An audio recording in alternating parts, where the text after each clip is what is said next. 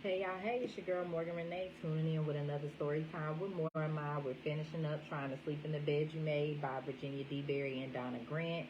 I was outside reading the last time. I was in chapter 23 and my phone overheated, so I didn't finish the chapter. I'm going to start the last few paragraphs from where I was at on that video. And if you haven't already, subscribe to my YouTube channel, which is Morgan Myers, last name spelled M-Y-E-R-S.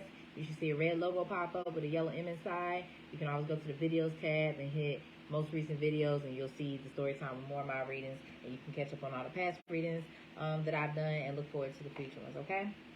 So, chapter 23, the end of it.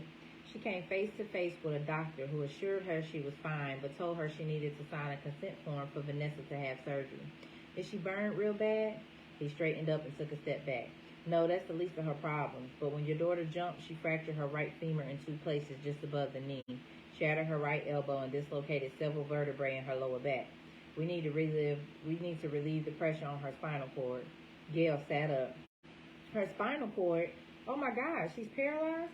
She seems to have movement and feeling in her extremities, so we don't think she's paralyzed, but the sooner we go in, the better. Her x-rays also indicate some bone fragments sliced through part of the surrounding muscle tissue in her thigh. Thankfully, the laceration missed the femoral artery, but there's bleeding we need to stop as well. He took the stethoscope from around his neck and put it in his pocket. Gail struggled to digest the doctor's words. After the fractures are set, she'll be in a body cast. She's so young and her bones are still growing. We can handle it from here, but once she's stable, we'll move her down to the city for follow-up at a facility with a state-of-the-art orthopedic unit. Right now, I need you to sign here. He took a clipboard from the top of a supply cabinet. Gail's panic threatened to take over again. They have to help her, but if I tell them I can't pay, she stared at the forms. If I had started work sooner, I'd be covered, but no matter how she counted, she hadn't hit 6 months yet, and she wasn't insured. Is there something else I can explain for you, Mrs. Hillard? I'm sorry, just tell me again. I have to understand. Gail made herself focus on every word as he patiently repeated his explanation. She asked lots of questions before she got to the big one. Will she be all right? She took the clipboard in hand. We'll know more after surgery, but barring complications, the outlook is good. I need to tell him I can't pay. Yes, say it. I don't have any insurance or money. A lot of our patients don't. We don't turn anybody away here. Thank you.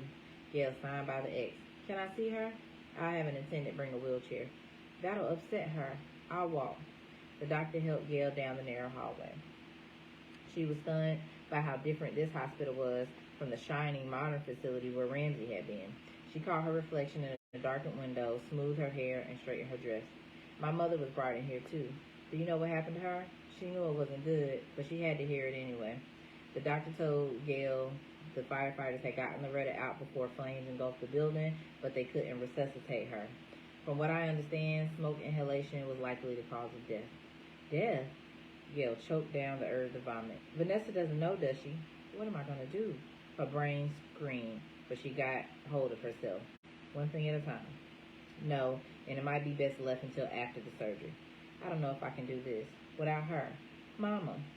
Putting one foot in front of the other required monumental effort, but Gail followed the doctor down a cluttered corridor. Right here. She's sedated, so she might be asleep, at least very groggy. The doctor parted the curtain around Vanessa's bed so Gail could slip through. He mouthed, her mother, and the nurse who was adjusting Vanessa's IV put an arm around Gail's shoulder and pulled her close to the bed. Gail stared in horrified disbelief. Vanessa's whole body was immobilized on what looked like a styrofoam splint. The skin on her face and the backs of her hands were reddened like she'd been playing in the snow too long. She's so still. More still than sleep or the pretend sleep of this morning's anger. Gail reached out but stopped, her hand poised in midair. I don't want to hurt her. The nurse guided Gail until her fingertips met Vanessa's. Remnants of red polish still rimmed Vanessa's cuticles. Her eyes fluttered open, and for the briefest moment, the flicker of a smile passed her lips. Then she was out again. She was still sleeping when the orderlies took her up for surgery.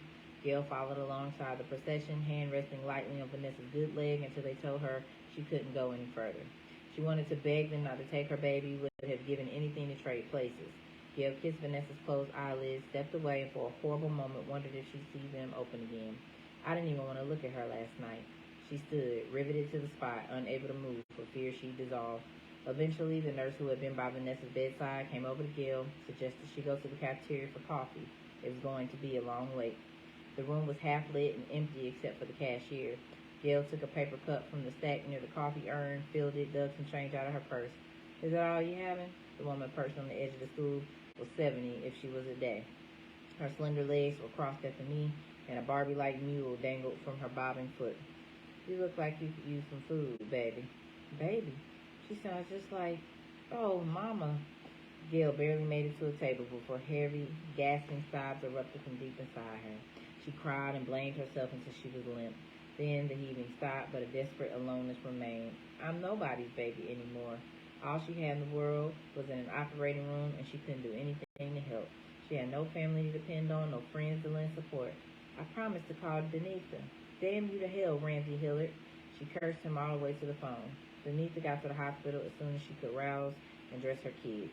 Gail protested. It was 5 o'clock in the morning, but Denitha was having none of it. You shouldn't be by yourself. After a while, Gail appreciated the distraction of Jamal and Whitney, who came with toys to show her and storybooks they needed to be read. Denitha's presence was calming, and when the surgeon came in a little afternoon and Vanessa had done well in surgery, Gail had a shoulder to cry on. Then Denitha went into action. First, she whipped out a change purse full of quarters and had Gail call the hotel to explain she wouldn't be in. Next, Denitha had her leave a message on Cameron and Ware's service. That'll be the last thing on your mind Monday morning, so now it's done. Then she went with Gail to see about Loretta. The process at the morgue was cut and dried, forms to fill out, and they released the envelope with Loretta's belongings. Gail couldn't think what was inside until she tore it open. Daddy gave her that ring for her 35th anniversary just before Denitha just held her until Gail got it together again. There seemed to be reminders of what used to be and wasn't anymore around every corner. Denitha took a notepad out of the enormous red canvas tote she brought with her and started making lists. Gail racked her brain to come up with the name of the funeral director who had handled her father. She knew for certain her mother's burial policy was paid up because for the past 20 years Loretta bragged about it. When my time comes, all you have to do is make sure they play His Eyes on the Sparrow. I like that. Oh, and if Pat could be there to sing it? Pat. Thoughts of her were woven through all of Gail's long ago yesterdays, but there was no time for that now. She called old Reverend Hobson to get things started, not knowing how she was going to finish it. You need to see if there's anything you can salvage at your place before other folks help themselves to it. We should go now while you've got the time. When Vanessa comes out of recovery, she'll need you. Where's your car? Downstairs on the lot? Gail hadn't thought about the car since she left it in the middle of her street. After they drove around the neighborhood for an hour looking for the car, Denitha made a note to call the police and report it stolen. Gail searched for her wallet, found Detective Stucky's car, and gave Denitha the number. She helped me before with Ramsey. Your auto insurance will only give you the book value, but it's something. No theft. I had to drop it after Ramsey died. Damn, girl, there ain't no room for you between a rock and a hard place. They cracked up laughing, which eased the tension for a minute, but when they got out in front of her building, it came back with a wallop. The locksmith store was boarded and padlocked. A wet, blackened sofa, chairs, and mattresses littered the sidewalk, and Gail could taste the dank, charred smell that emanated from them. After a moment, she realized the furniture was hers. You can't woulda, shoulda, coulda over it, Gail. Let's see if there's anything you can use and get going. What's the point? Maybe there isn't one, but we're here, so let's do it. Denitha used the promise of ice cream to bribe Jamal into waiting in the car and minding Whitney. She and Gail slid the sawhorse from in front of the door and carefully mounted the dark stairs. Gail entered the apartment and wanted to walk right out again. Denitha made her stay. Stealing pumps from the night before, Gail tipped over unidentified broken objects underfoot. Denitha guided her to dresser drawers where Gail found clothes still intact.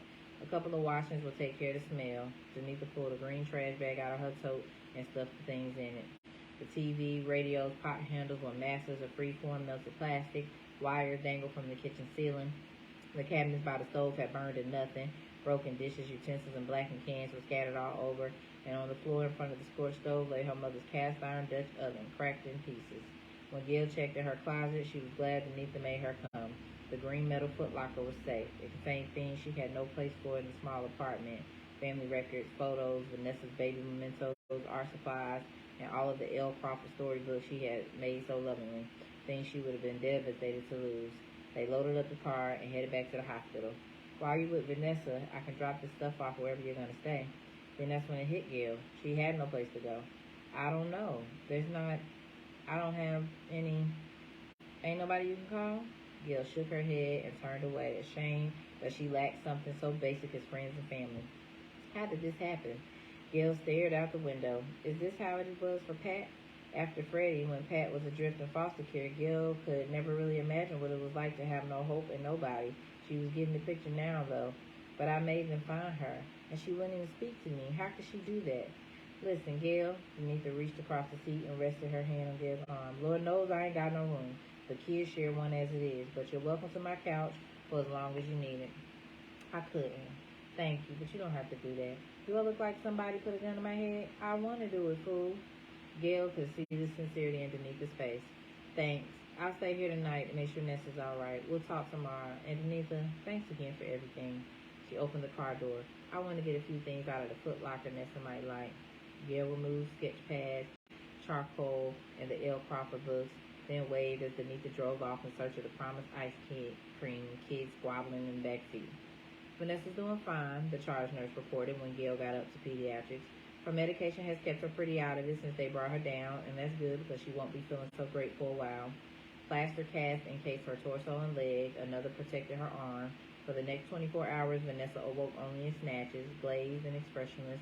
She searched the room until her watery gaze landed on Gail. Nearly choking on fear and guilt, Gail rested her hand on Vanessa's head and whispered up close to her ear, "It's going to be all right, baby," until she would drift off into a sleep, frequently disturbed by whimpers and twitches. During these episodes, Gail would hold her own breath until Vanessa's relaxed and resumed its regular rhythm. How? She must have been so afraid. And where was I? Can it ever be all right again? You gotta get a grip. You can't do her any good like this, Denitha told Gail when she showed up the next evening. You haven't slept in days, and God only knows if you eat, and you look like shit. If you're scaring me, imagine how Nessa feels when she sees you. I didn't think about, well, it's time you did. The faded murals of clowns and balloons on the old cracked walls of the solarium tried to put a cheery face on the sadness that haunted the floor. The funeral is day after tomorrow. That'll be hard enough, but it's going to get rougher than that. What are you talking about? Have you applied for Medicaid yet? Gail looked horrified. Don't look at me like that. Who's going to pay for this expensive little home away from home? Denitha made a sweeping gesture with her arm. Well,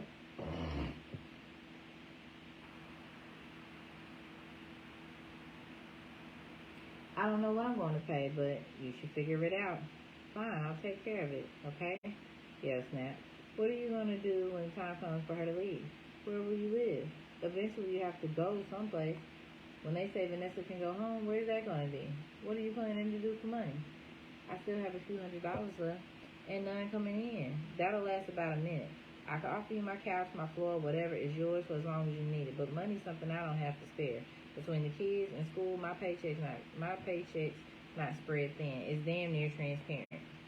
Denitha, I never expected you anything like that. You've been so helpful as it is. I'll always be grateful.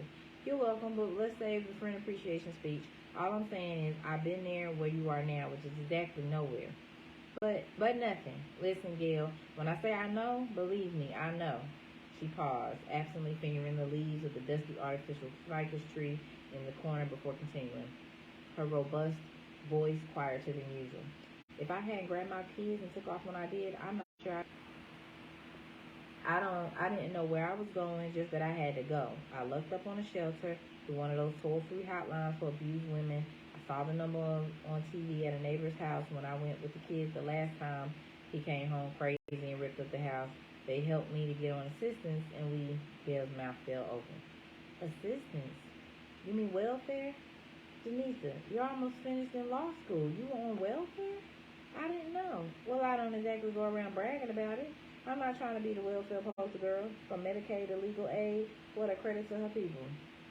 Gail, I hated what I had to do, but I had some bad things happen, things I never planned. But I could never. A shelter? Don't say it, girl. Never is a long, long time. Denitha shook her head. Look, I had a college degree, no jobs, 2 babies, and a husband who loved crack more than us or himself. How do you think I felt? I'm sorry. Sorry, yeah, sorry ain't shit. I needed some help, just for a little while until I could get myself together. So will you. It's just that I'm not like what? Needy? You got a better idea? Maybe your long-lost rich Aunt Penelope who will have open arms and lots of space in her mansion for you and Nessa. If not, you better get real. I'll think about it. You do that here. Call me when you want some sleep. Denise got up. Oh yeah, the cops haven't found your car. They said they're still looking, but I wouldn't hold my breath. She disappeared down the hall. Gail went back to Vanessa's room and read her the story about how Elle's magic shoe spirit away a lovelorn Ethiopian princess forbidden to marry her handsome but common warrior. The tale, Vanessa's favorite, held her interest almost until the end, but the Sandman came before the lovers were wed. Tears streamed quietly down Gail's cheeks.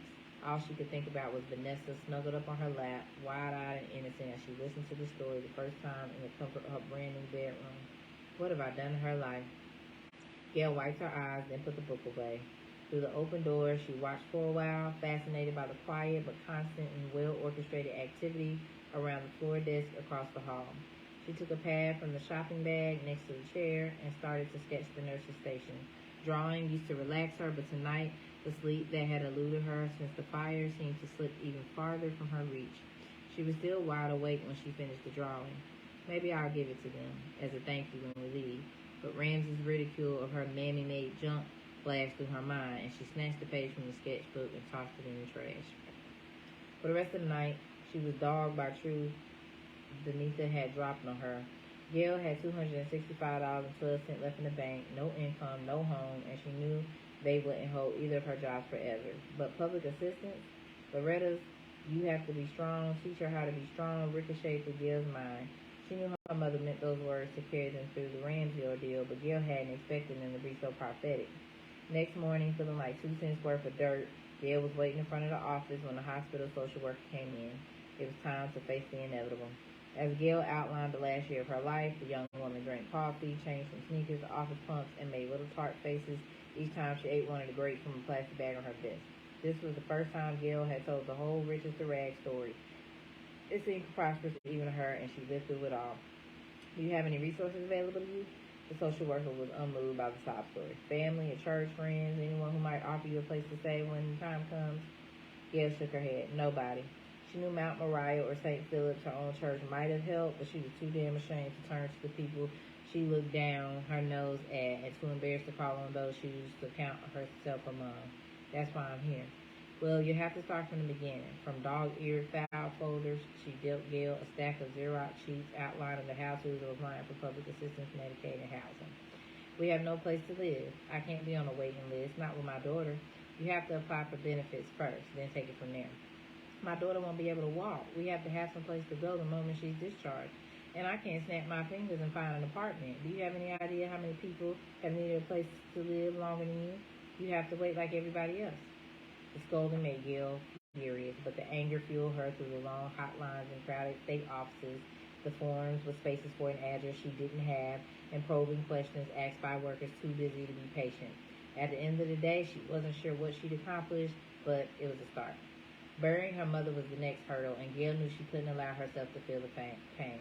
Afraid it might take her to a place so desolate and lonely that she would never find the way back, so she shut off that passageway, sealed it tight.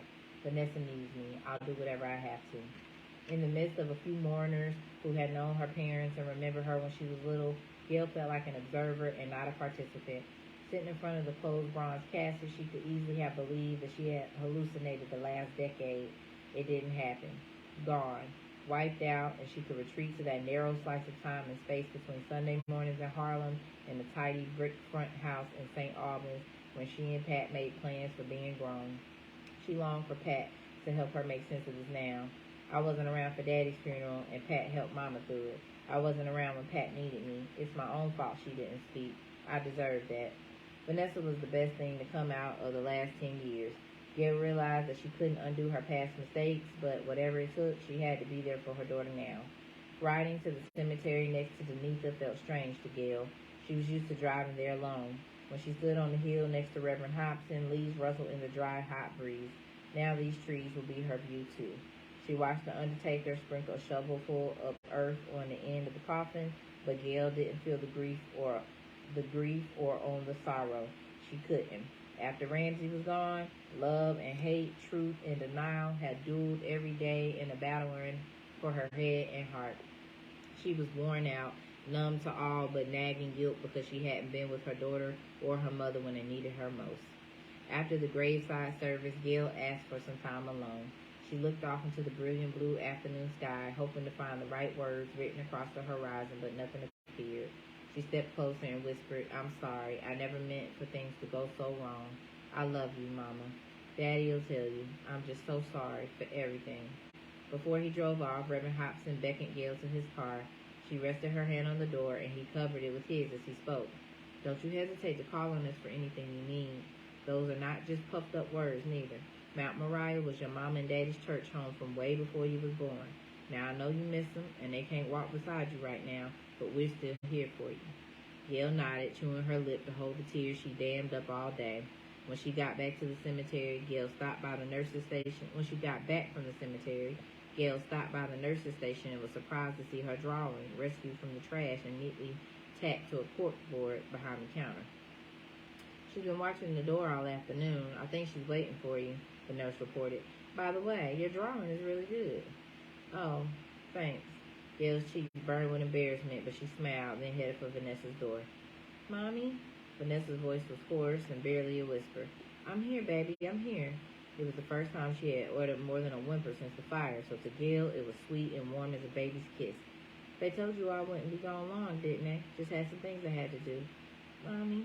Gail leaned closer so she could hear her better. "The fire. I fell asleep. It was my fault. Graham was making me donuts. I know she wasn't supposed to, but Her lashes glistened, shiny with tears. No, Nessa, hush. It doesn't matter now. You just have to get well. Mama's buttermilk donuts. I was mad at you, and it wasn't your fault. Blame me because you ain't here and your Graham's gone." "Graham? Where's Graham?" Vanessa's face, so full of defiance a few days ago, now looked sad and pained. "She didn't get out, did she, Mommy?" "She's..." From somewhere inside the mother place, Gail found a quiet, reassuring voice. It hushed comforting tones. It carried a scalding, painful message, but like a cool running water, it helped to soothe the wound as well. Okay, that was the end of that now. I got like 3 dots at the top of the page. 2 long weeks after the fire, Gail and Vanessa left Hammond Park for the Yorkville Boone Treatment Center in Manhattan. Gail never took Denita up on her offer of a place to sleep. By the time she felt Vanessa was doing well enough to leave overnight, the round-trip train fare from Manhattan to White Plains was more than she could afford. So a new hospital lounge became home, a new ladies' room, Gail's bath and laundry. The clothes she salvaged fit in 2 plastic shopping bags, but she only looked forward because no matter how many times she went over it, the past wouldn't change. The first week at Yorkville, endless conversations with doctors, physical therapists, and nurses left her exhausted, her head a jumble of medical jargon, confusion, worry. Vanessa would need therapy and a specialized home exercise regimen to ensure she regained her mobility and strength. Then the job fallout hit. The hotel was first. Don't bother to call in anymore. That was it. A few days later, she got bad news from Jake Ware.